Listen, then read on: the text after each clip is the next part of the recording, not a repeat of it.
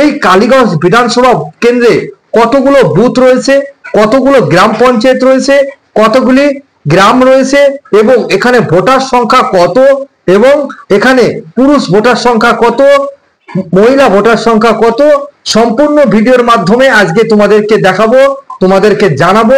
কালীগঞ্জ বিধানসভা কেন্দ্রে কিন্তু উপনির্বাচন হতে চলেছে, কারণ সেখানে নাসিরউদ্দিন আহমেদ তিনি কিন্তু ফেব্রুয়ারি মাসের 2 তারিখ 2025 সালের ফেব্রুয়ারি মাসের 2 তারিখে কিন্তু হৃদরোগে আক্রান্ত হয়ে মৃত্যু হয়। তারপরে সেই জায়গাটি সম্পূর্ণভাবে ফাঁকা থাকে। ফাঁকা থাকার পরে নির্বাচন কমিশনার কিন্তু এখানে উপনির্বাচনের ডাক দেন। আর 19 তারিখ 2025 সালের 19শে জুন কিন্তু এখানে উপনির্বাচন হতে চলেছে।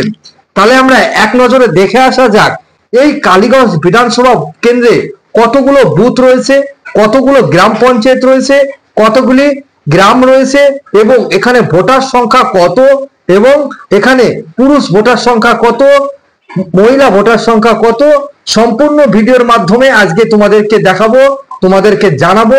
বন্ধুরা সঙ্গে থাকো, আপনারা দেখছেন the power politics YouTube channel. বন্ধুরা ভিডিওটি সম্পূর্ণ দেখার অনুরোধ রইল।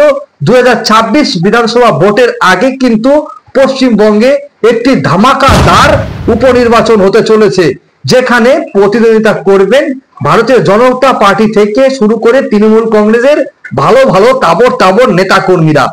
বগুড়া সিপিএমও কিন্তু এখানে প্রতিদ্বন্দ্বিতা করবেন উপনির্বাচনে। তাই সকলকে অনুরোধ সম্পূর্ণ ভিডিওটি দেখবেন, কেউ একটু স্কিপ করবে না। শুরু করছি আজকের ভিডিও এইখান থেকে।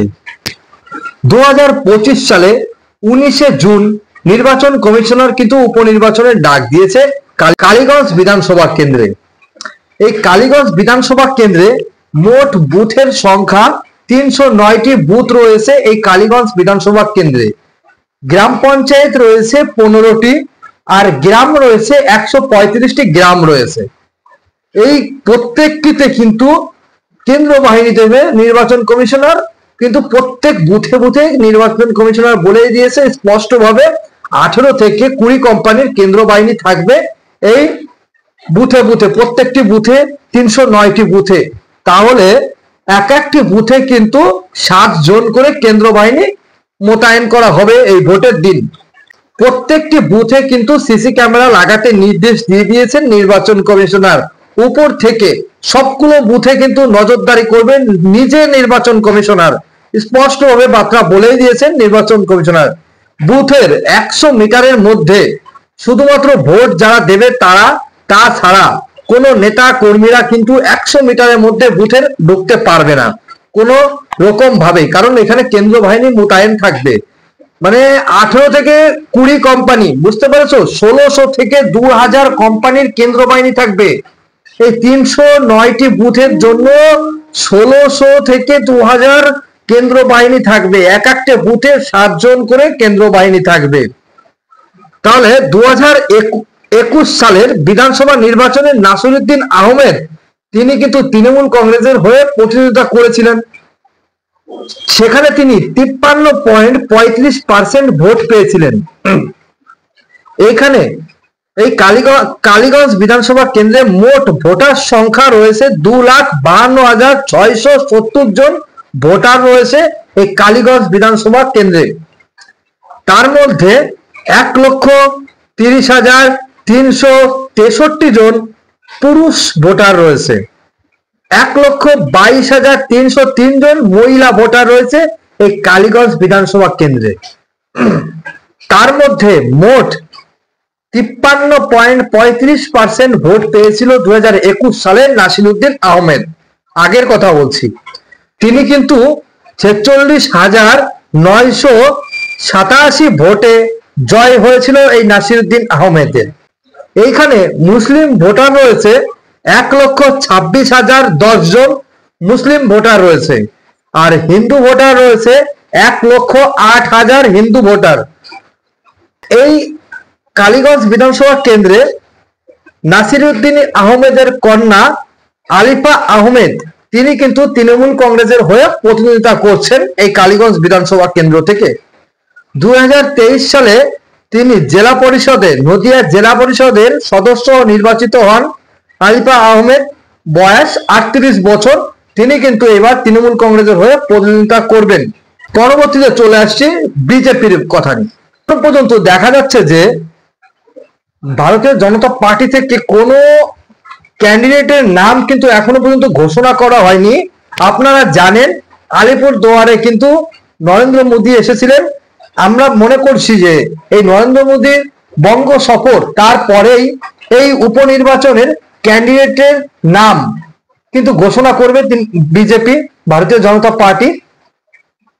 সেই দিকে আমাদের নজর থাকবে। এখনো পর্যন্ত নাম ঘোষণা করেনি। আমরা 2021 সালে বিধানসভা ভোটে বিজেপির প্রার্থী তালিকাটা দেখে নিই, বিজেপির কে প্রার্থী ছিল, কত ভোট পেয়েছিল এই নাসিরউদ্দিন আহমেদের থেকে।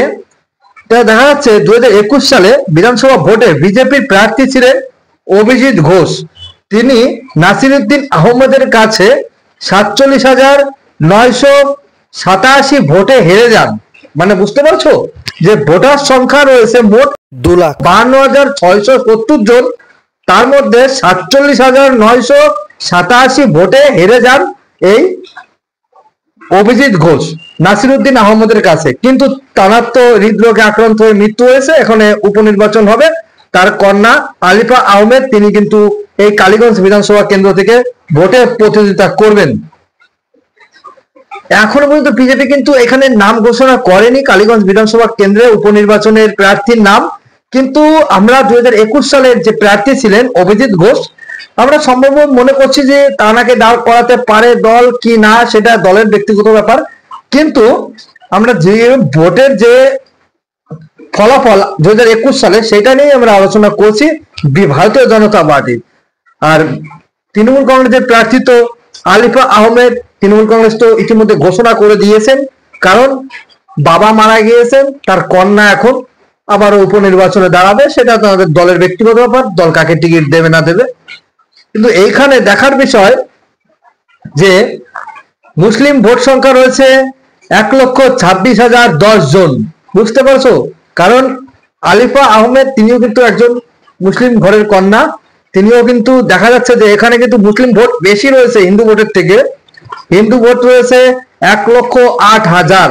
তাহলে বুঝতে হবে যে এইখানে কিন্তু প্রতিদ্বন্দ্বিতা কিন্তু একেবারে কম হবে না, কারণ এখানে মুসলিম ভোটের সংখ্যা বেশি রয়েছে। 58% মুসলিম ভোট রয়েছে এই কালীগঞ্জ বিধানসভা কেন্দ্রে, আর হিন্দু ভোট রয়েছে 46%। তাহলে সেটি আমাদের বুঝতে হবে যে এইখানে জেতাটা কিন্তু বিজেপির পক্ষে খুবই কঠিন হতে চলেছে।